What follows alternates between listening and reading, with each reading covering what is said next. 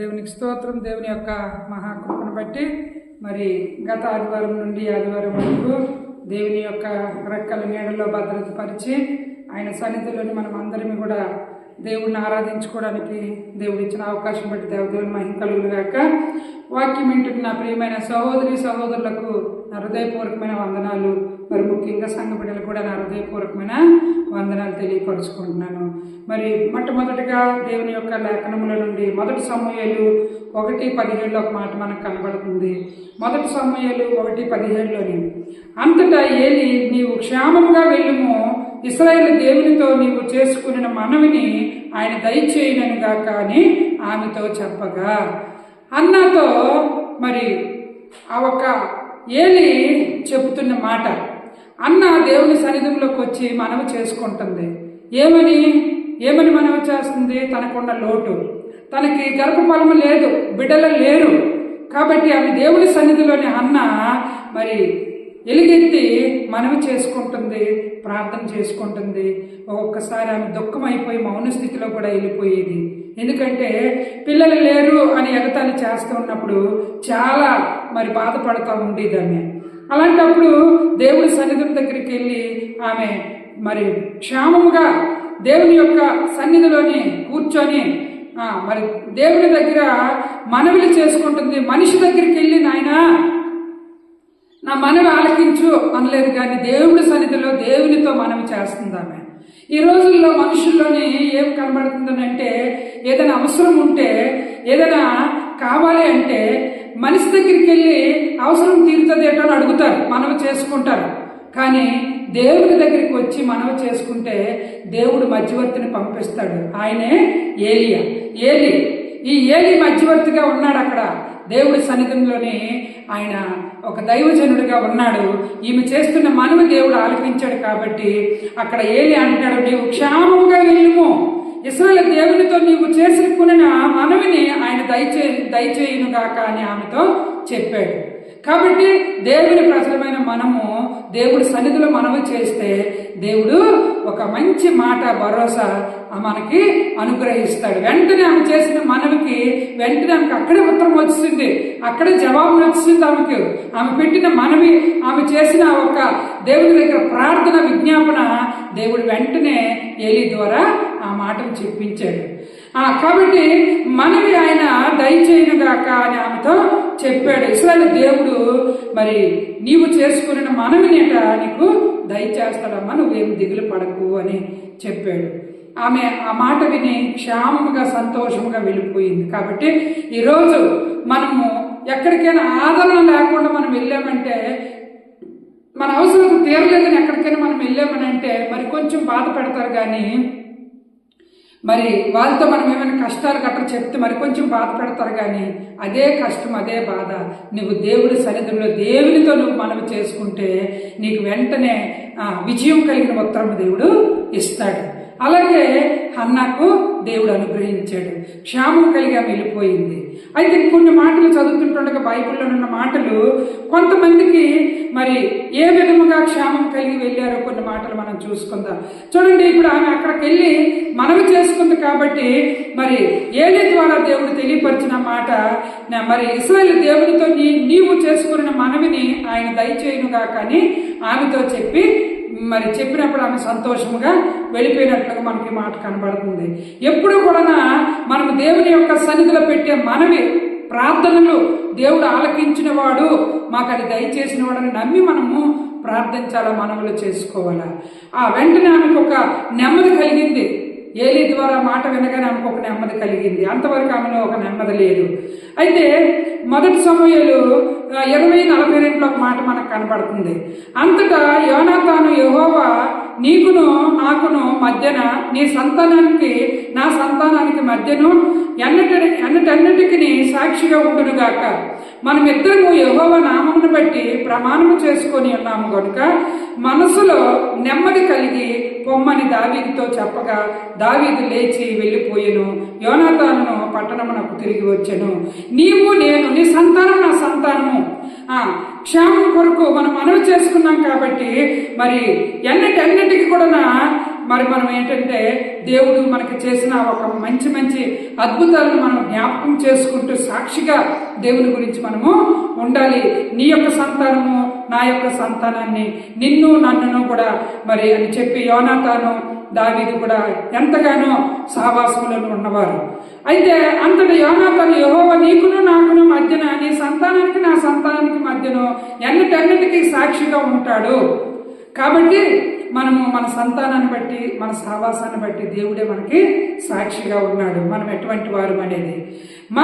మనమిద్దరం ఇక యెహోవా నామమును బట్టి ప్రమాణం చేసుకుని ఉన్నాం కనుక మనసులో నెమ్మది కలిగి పొమ్మని దావీదుతో చెప్పాడటండి.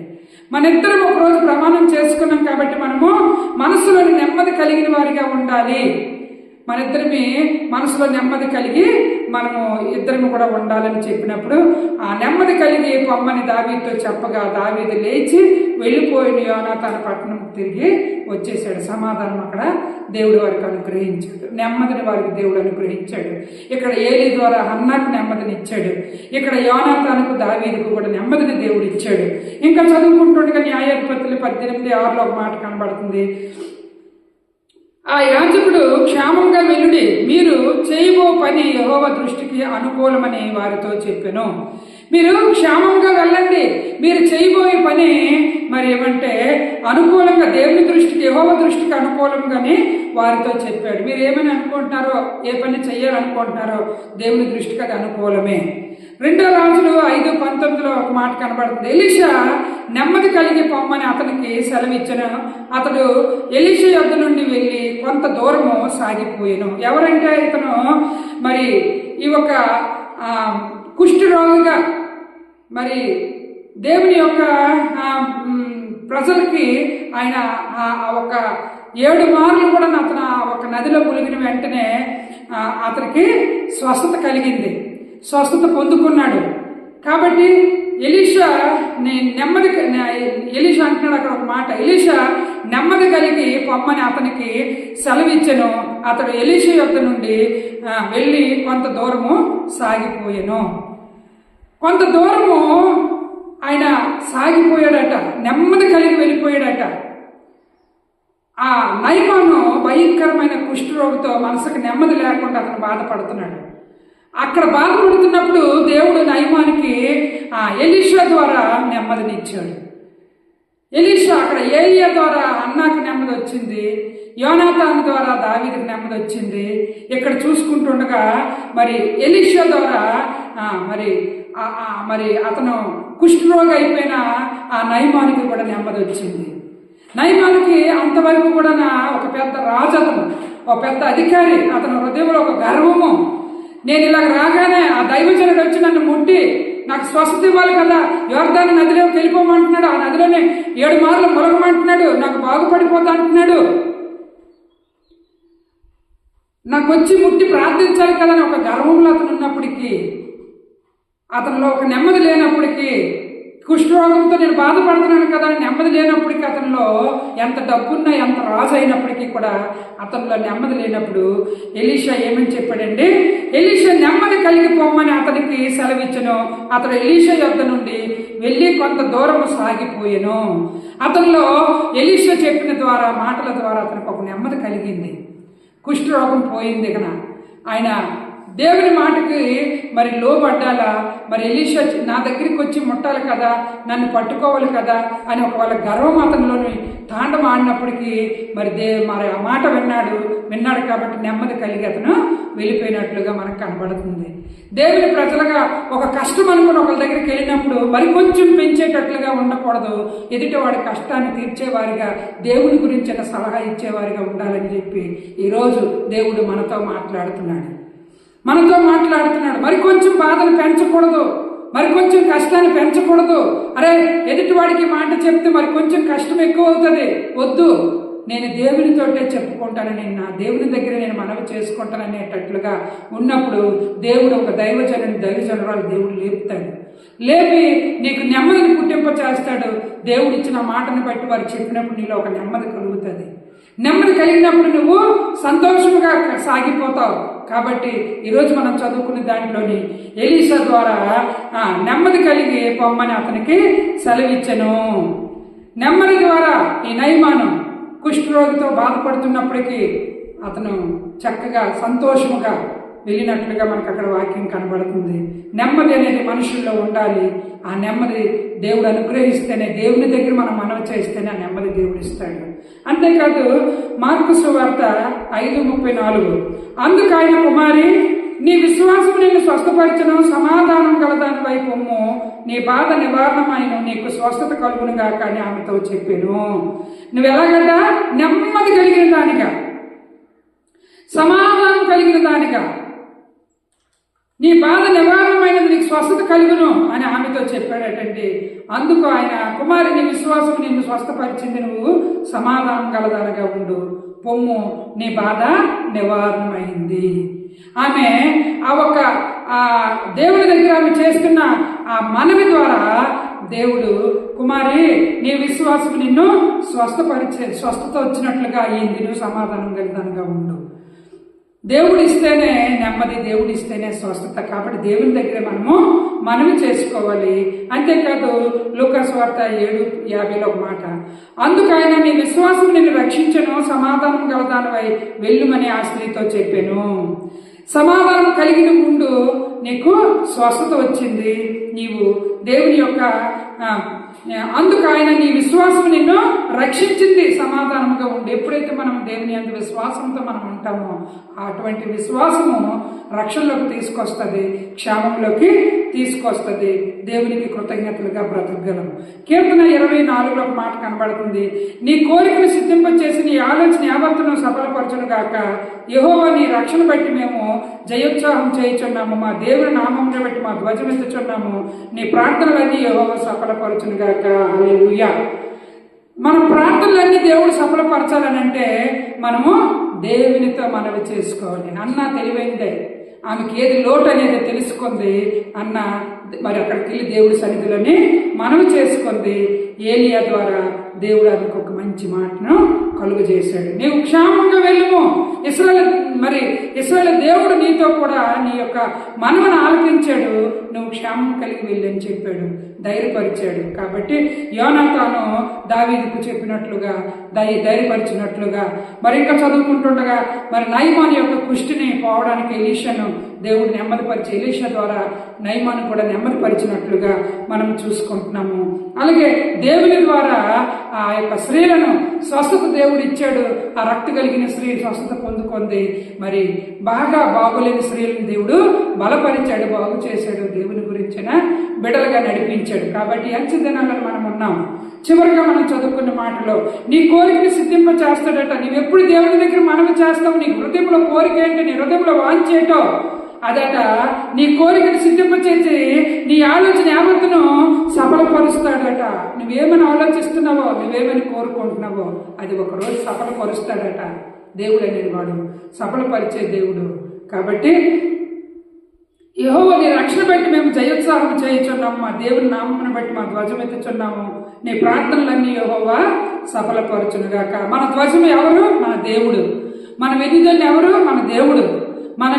మన ప్రార్థనలు సఫలపరిచే దేవుడు మన మధ్యలో ఉన్నాడు. కాబట్టి మనం దేవుని సన్నిధిలోని మనవులు చేసేవారిగా ఉండాలి, దేవునితో మనం చేసేవారిగా ఉండాలి.